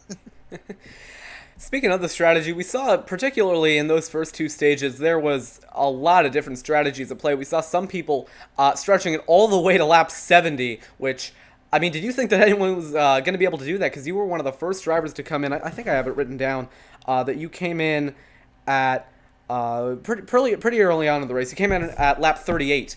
Did you think that anyone was going to be able to stretch the fuel that long? Honestly, I had no clue. I was thinking 60, 65 laps because I know at Dover that's what we were doing, and I didn't know if the tires were going to hold up because during practice we were burning up the tires, so I didn't know what the strategy was. So based off of what the stages were, I was going to go do the stage, go 1 extra lap, and if I get down, I'd go and get my, go get my tires and fuel, and then I was just going to do 35, 70, and then 100, and then just run out from there. But like I said, that didn't work, and ended up using a set of tires when I probably shouldn't have, and just stayed. I don't know. Yeah, it wasn't the. Yeah, I don't even know what I'm about to say right now. I'm so confused. Yeah, I've been there before where you're just not really sure what's going on with the strategies. It gets very confusing sometimes, but even with some of those confusing strategies and a bit of an unfortunate caution for you, you still showed a lot of pace to back up a really strong result from last week at Texas. I think you've shown yourself as one of the strongest drivers in this field. You're locked into the playoffs. Now, I'm not sure if you meet the minimum starts requirement. I don't have that off the top of my head, but if you do, what do you think some of this means as you get closer to the postseason and trying to fight for a championship when you've shown this much pace? First off, I took provisionals on those road courses because I didn't feel like turning right. So I am a full-time driver. I just didn't want to do those 2 races. I had other stuff. I had prior commitments. So I just told Don to give me some provisionals. Now, basically you want to score top 10s. If you can score top 10s, I mean, with the caution or with the car count that we have right now, it's not looking too good. I wish we could have 35 drivers out here, and that'd be more fun, more realistic when it comes to like actually hunting for the playoffs. But just basically finish top 10s. If you finish top 10s, you'll get your points. If you can finish the stages in like top 5, it's just a little bit more bonus points for you, and it's better for a playoff push. So my whole goal is to finish top 5 in every stage, and then finish obviously top 5 or top 3 for the race. And if I can do that, I think I'll have a very good chance to compete with Ethan and Nick and Katie and Jacob, and I mean there's a bunch of fast guys in here. It's a very competitive league. It's just we just need to get a little bit more car count, and if we can get people out there to message Don or some of our admins about trying to join the league, that would be great. Let's get back to 35-40 cars. I'd love that. Well, you know what? If anyone in the chat watching right now, any of the 3 people or 2 people watching, would like to join this league, go ahead and just shoot me a message. I will get you in contact with Don, and he can get you signed up. And lastly, anyone that you would like to thank for your race tonight? Well, you already know I got a list. I got to thank Don for running the league here. I got to thank Pro Powder and Paint for being a sponsor for the league. I got to thank Depth Esports. I got to thank Freshen Up Hydration Lab. We got 2 new sponsors now for our Depth Esports program, and that would be Red Dragon, which they do like keyboards and mouse and all that. And we also have Sector 6 Apparel, which if you guys go check out Sector 6 here pretty soon, we will be having Depth Esports merchandise to buy. All right, well, congratulations on the new sponsors. Congratulations on the top 5. Good luck next week in Pocono, and I will be seeing you then, because I'm guessing you're going to put together another strong run. So thanks for joining us. We'll see you. All right, brother. Later. See you, fans. And that was Brad Patton. He put together a very strong run, but came up a few spots short after an unfortunate caution at the end of the race. And that is going to do it for tonight's coverage of the Integrity Racing League from the Nashville Superspeedway. I hope that you all at home enjoyed tonight's coverage, enjoyed the race. I thought it was one of the best races we've seen this season. There was a lot of chaos, a lot of excitement. If you're interested in joining this league, go ahead and shoot me a message. I think that I'm just going to guess the people watching know how to get in contact with me. And I can go ahead and get you signed up and help you sign up, and you can come race with them, because it's a very fun league to commentate over. You get to be on a TMG broadcast. I don't know if that means anything to you, but if it does, then cool. All right. Thank you all for joining us. I will be seeing you all next Monday from the Pocono Raceway. I don't know if it's called the Pocono Speedway. I think it's Raceway. I think I got that right. I'm just going to call it Pocono. I'll see you all next Monday night, 9 p.m. Eastern from Pocono. But until then, this has